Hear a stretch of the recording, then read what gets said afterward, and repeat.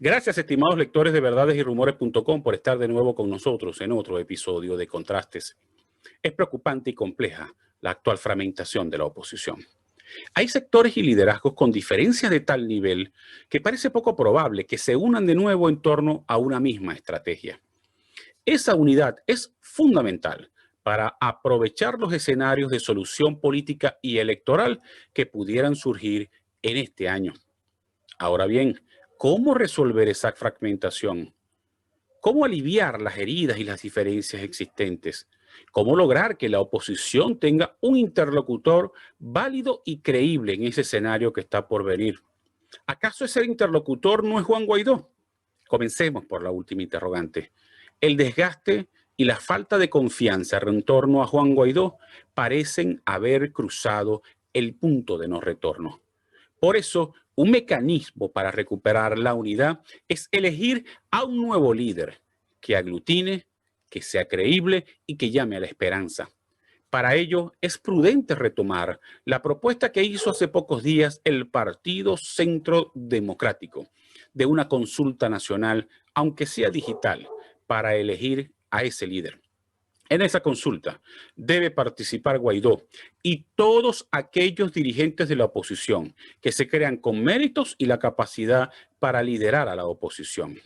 Desde Verdades y Rumores dejamos esta propuesta que pudiera allanar el camino para reagrupar la unidad opositora. En el próximo segmento converso con Jesús Sánchez Melián, editor del periódico El Comercio de Colorado, sobre el plan de Joe Biden para resolver la crisis venezolana. Ya regresamos.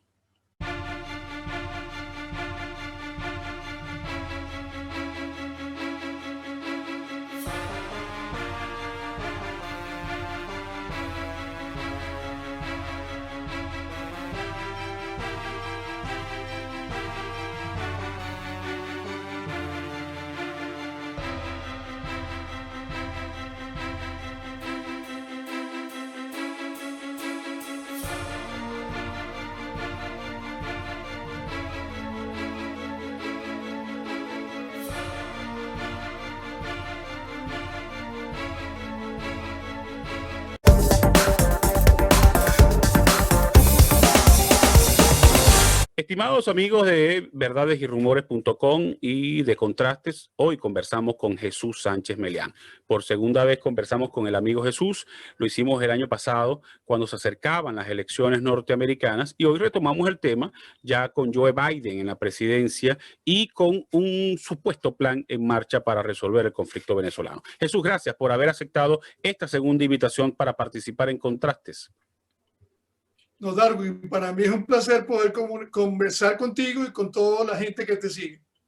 Jesús, quiero comenzar con algunos datos que han empezado a aflorar sobre el plan de Biden para resolver la crisis en Venezuela. Se habla de una acción internacional multilateral que pudiera incluir a Rusia, China y a Cuba como aliados confiables del chavismo. ¿Qué información tienes sobre este plan de Joe Biden hacia Venezuela?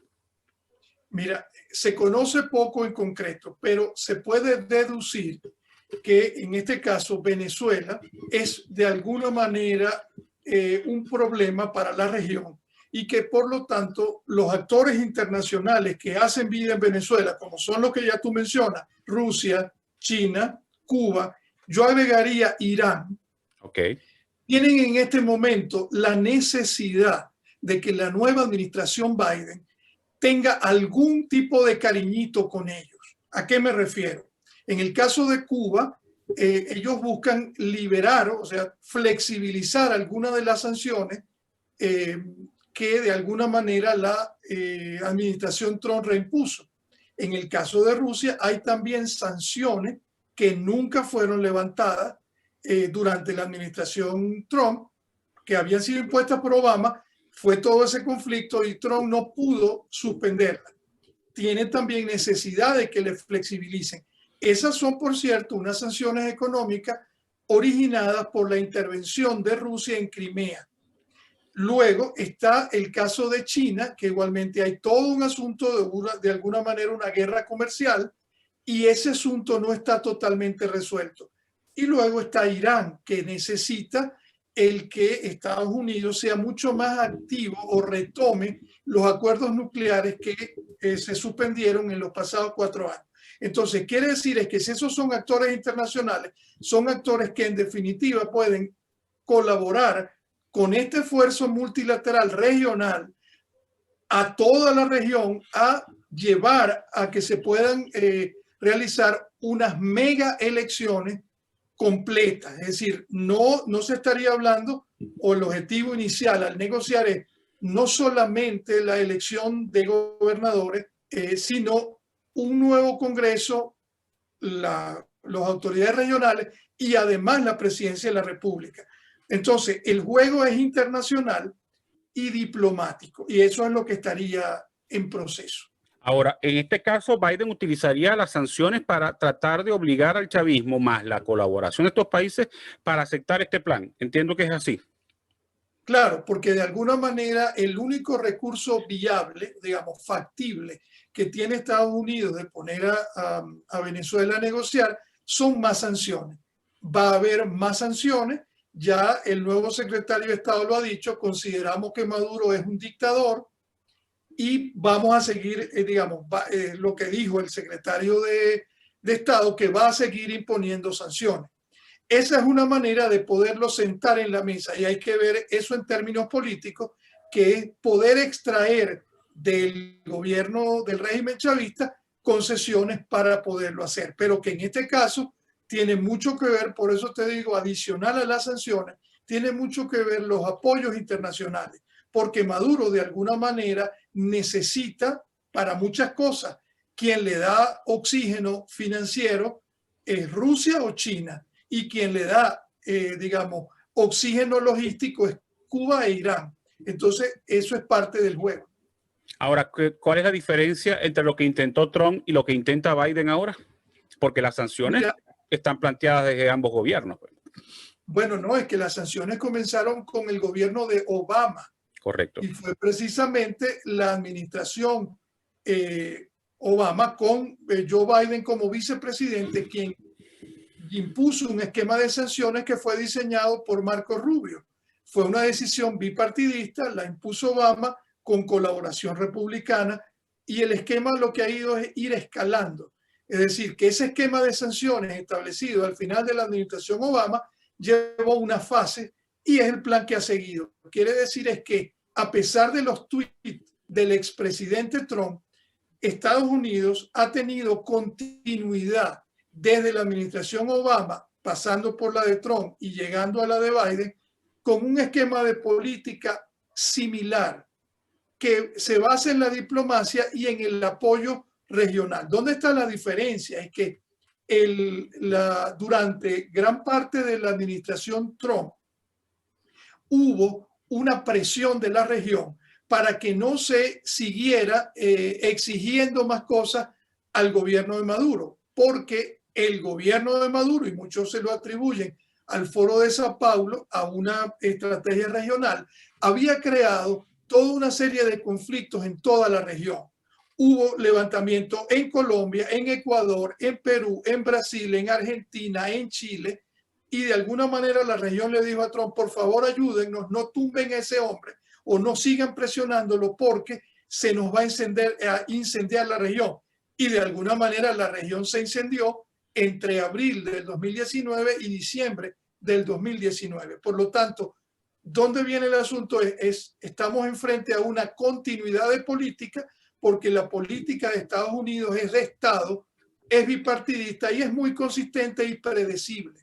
Jesús, pero la situación regional sigue igual de difícil. Ahora no se trata solo de los estallidos sociales, sino también de los efectos de la pandemia y que podemos combinar ambos, que pudieran, la combinación de ambos pudiera ocurrir en cualquier momento. ¿Por qué ahora sí es viable este plan? No, es que las condiciones de la región siguen siendo las mismas. La única, digamos, la única diferencia es que en este caso, bueno, está el factor pandemia y todo lo que hemos visto recientemente en el caso de la frontera en Ecuador, en Brasil, donde hay una situación de emergencia, de crisis en muchos países y la presencia de inmigrantes venezolanos es un problema. O sea, creamos problemas en todos los países de la región. Entonces, posiblemente esa sea la vía que esté usando el gobierno, la nueva administración norteamericana, para convencer a los países en que tengan digamos, un apoyo a la iniciativa que están haciendo. Pero lo otro importante es esto, es que en ese caso la iniciativa o el esfuerzo al que estarían trabajando es básicamente político, es decir, ir a unas elecciones. En el pasado se estuvo hablando de lograr o de promover una insurrección militar que dejaba secuelas, porque el plan, digamos, que se llevó adelante entre diciembre del 2018 y abril del 2019 consistía en provocar un levantamiento militar. Y eso era, digamos, menos atractivo para algunos de los gobiernos de la región. Ahora, Jesús, antes de comenzar la grabación me hablaste de un plan interno. ¿A qué te referías cuando hablabas de un plan interno de los venezolanos? Claro que no hay que digamos, dejar sin mencionar toda la situación de los venezolanos en los Estados Unidos, porque de alguna manera el tema de Venezuela y los venezolanos se convirtieron en un factor importante en cuanto a las elecciones presidenciales pasadas. De pronto no era numéricamente muy significativo, pero tenía en términos cualitativos un impacto muy importante. Y yo pudiera decir en este momento que los venezolanos llegaron a ser la minoría más trompista en los Estados Unidos, al nivel de fanatismo de los que tomaron el edificio del Congreso. Es decir, con esos niveles de fanatismo, yo vamos a decirlo muy claramente, en algunos casos de irracionalidad o vamos a llamarlo fervor. Entonces, la nueva administración tiene una oferta que hizo sobre una solución migratoria. En la última acción de Donald Trump como presidente fue decretar también una medida migratoria provisional. Entonces, en este momento, los venezolanos o para los venezolanos están diseñando una solución migratoria hecha a la medida, que debe estar por ser anunciada en los próximos días. No se ha determinado, no se ha podido conocer qué características va a tener esa protección, pero de alguna manera se convierte en un factor importante porque eso puede significar una fuente, digamos, formal de ingreso para un nuevo gobierno en Venezuela. Ya existe flujo de dinero, pero una medida como esta formaliza eso más y va a ser una fuente de ingresos para una nueva administración de cualquier signo que se presente en el país. Jesús, tenemos que hacer una pausa. Te dejo un interrogante para que la analices en el próximo segmento. ¿Por qué el chavismo tiene que aceptar este plan internacional si aparentemente está cómodo en el poder a pesar de las sanciones y con una oposición sumamente fragmentada? Hagamos una pausa. Ya regresamos.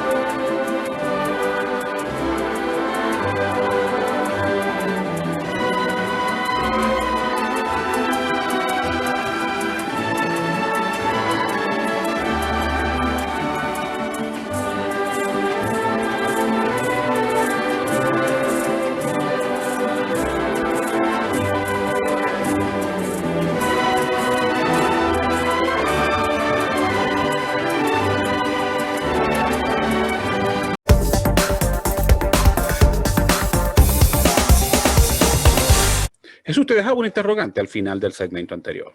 ¿Por qué el chavismo pudiera aceptar este plan si aparentemente se ha fortalecido, no gracias tanto a sus propias fortalezas, sino a las debilidades de la oposición que está fragmentada e incluso aprendió a sobrevivir con las sanciones a pesar del costo que tiene para la mayoría de la población? ¿Por qué pudieran aceptar? Mira, básicamente por lo que estamos hablando, porque sería por la fuerza, obligado. Y es por eso que entran en juego estos factores internacionales de los cuales el régimen chavista depende. Es decir, lo que hablábamos, el oxígeno que le dan Rusia, China, Irán y Cuba. Y esos son los que de alguna manera, unido a la presión de Estados Unidos y la región, lo van a llevar o lo llevarían a sentarse a negociar el ir a unas elecciones. Eso por un lado. Ahora, a mí me preocupa más toda esta corriente de la oposición venezolana que de alguna manera han estigmatizado la idea del diálogo y de hacer la política. Eso es porque correcto. uno cuando oye, por ejemplo, a María Corina Machado, uno dice, mira, si uno está fuera de, digamos, a distancia, viendo los toros de la barrera, dice, bueno, mira, esta mujer debe saber algo que los demás mortales no sabemos, porque ella planteaba una salida. Uno se pregunta, si ella tenía una solución y un plan, ¿por qué no lo compartió y no hizo que se ejecutara? Entonces, uno se pone luego a pensar, ¿por qué? Bueno, porque prácticamente aquí el asunto, si es un juego de poder, no hay otra vía posible, factible en este momento que hacer política y sentarse a negociar en algún momento. Y no estigmatizar la idea del diálogo. Yo no me estoy refiriendo a la negociación de Timoteo Zambrano o de Zapatero o del Bernabé, ese vagabundo que está por ahí. No me refiero a eso. Me refiero al hacer la política con P mayúscula, que significa ejercer presión, usar los recursos adecuados para entrar en un proceso formal, organizado y público, que tampoco, digamos, fueron los intentos de Oslo y el intento de República Dominicana, que lamentablemente estaban como mal concebidos desde el principio, porque era una cosa en premura con una presión hecha hacia la oposición y no hacia el gobierno. Yo creo que a quien se debe presionar para que se siente a negociar es al gobierno, y la oposición debe estar firme en el sentido de habiendo ciertos matices, pero que si se logra que el gobierno se siente a negociar, sería una victoria para la oposición, sobre todo si se logra por la vía de una presión y por la vía de fuerza al gobierno. Y eso es lo que deberían entender en algún momento, que se debe llegar en algún momento a hacer política, que significa sentarse a negociar y establecer unos términos para una transición. Ahora, tú has hablado claramente de las diferencias que hay en la oposición. Yo en lo particular estoy muy preocupado porque siento que en la oposición hay una fragmentación terrible que pudiera afectar la fortaleza de la oposición en ese escenario de conversaciones y de presión internacional. ¿Tú crees que la ausencia de un interlocutor válido ya ante el desgaste de Guaidó y del gobierno interino pudiera afectar los objetivos de la oposición venezolana en esas conversaciones y en esa presión internacional? Totalmente, absolutamente. Por eso yo no sé si es un asunto de esas especulaciones, algo que leí recientemente sobre un esfuerzo de Enrique Capriles y de Stalin González de ponerle más problemas a Guaidó. Por otro lado, no he visto ningún pronunciamiento reciente de María Corina Machado, quien estaba llamando a intervención internacional hasta hace 2 meses. Entonces, yo más bien hubiera esperado que a raíz del referéndum, digamos, popular que hubo en diciembre, hubiera esperado una famosa foto como al estilo de foto de Punto Fijo, que en vez de Caldera, Jóbito y Rómulo estuvieran María Corina, Capriles, Guaidó y cualquier otro factor interno, porque, le repito, en este momento el objetivo común es si se puede llegar, porque no estoy diciendo que sea un cheque en blanco, si se puede llegar a un esquema de presión para ir a unas elecciones y se garantiza que esas elecciones sean bien protegidas, con árbitros, con un nuevo consejo, con una base electoral, con una base de datos purificada. Si eso se puede lograr, es muy bueno, pero tienen que trabajarlo de manera conjunta, porque hay que ser claros, no es verdad que hay una solución y que alguno de ellos tiene una solución única, mágica y que está allí, y que la solución sea tumbar al gobierno por la fuerza. Ya esa posibilidad pasó. Venezuela es un régimen controlado por un ejército. Es una dictadura militar con una fachada civil. Y de alguna manera eso requiere un tratamiento más sofisticado a la hora de hacer política. No solamente es el discurso. Ahora, Jesús, ¿tú crees que las condiciones se pudieran dar para un proceso electoral que verdaderamente sea creíble? ¿Tú crees que ambos sectores lleguen a ceder, que la oposición ceda en el mantra del cese a la usurpación y el oficialismo se logre que el oficialismo ceda para depurar el sistema electoral? Mira, no es una cosa que se logra por arte de magia. Se logra, como estamos hablando, creo yo, por presión internacional de los factores de poder que hacen vida en Venezuela. Y tú me dices, bueno, ¿y qué ganarían ellos? Bueno, básicamente el poder tener alguna, en el caso de China sobre todo y de Rusia, es recuperar lo que han invertido en el país, porque como está la economía del país, es posible que ahí no queden ni botellas vacías.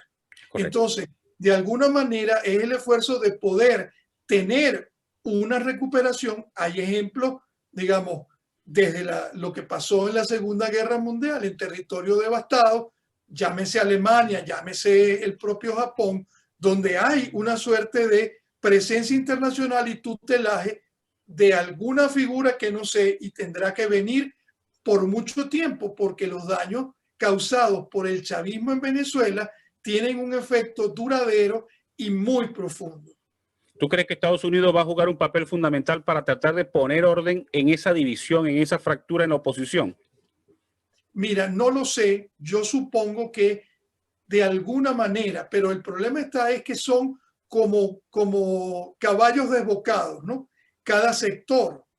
Entonces, yo creo que ahí hay que apelar más a la racionalidad y al sentido común, porque no hay otra.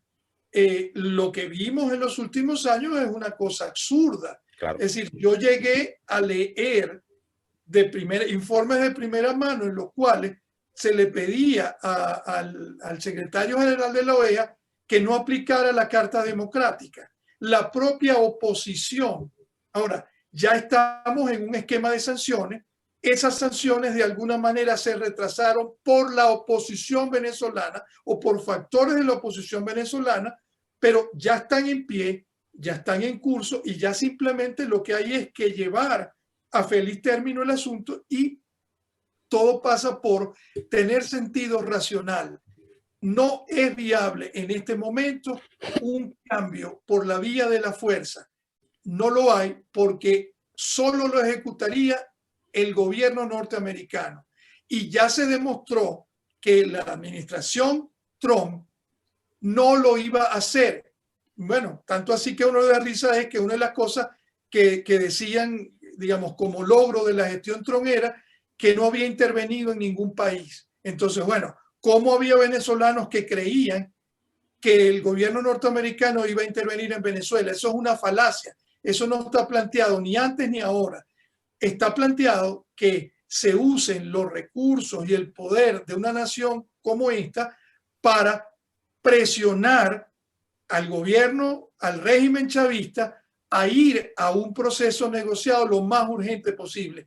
Y eso no son coyunturas que se presentan siempre. Se están presentando en este momento debido a la necesidad que tienen esos factores internacionales de lograr algún tipo de concesión de la administración Biden.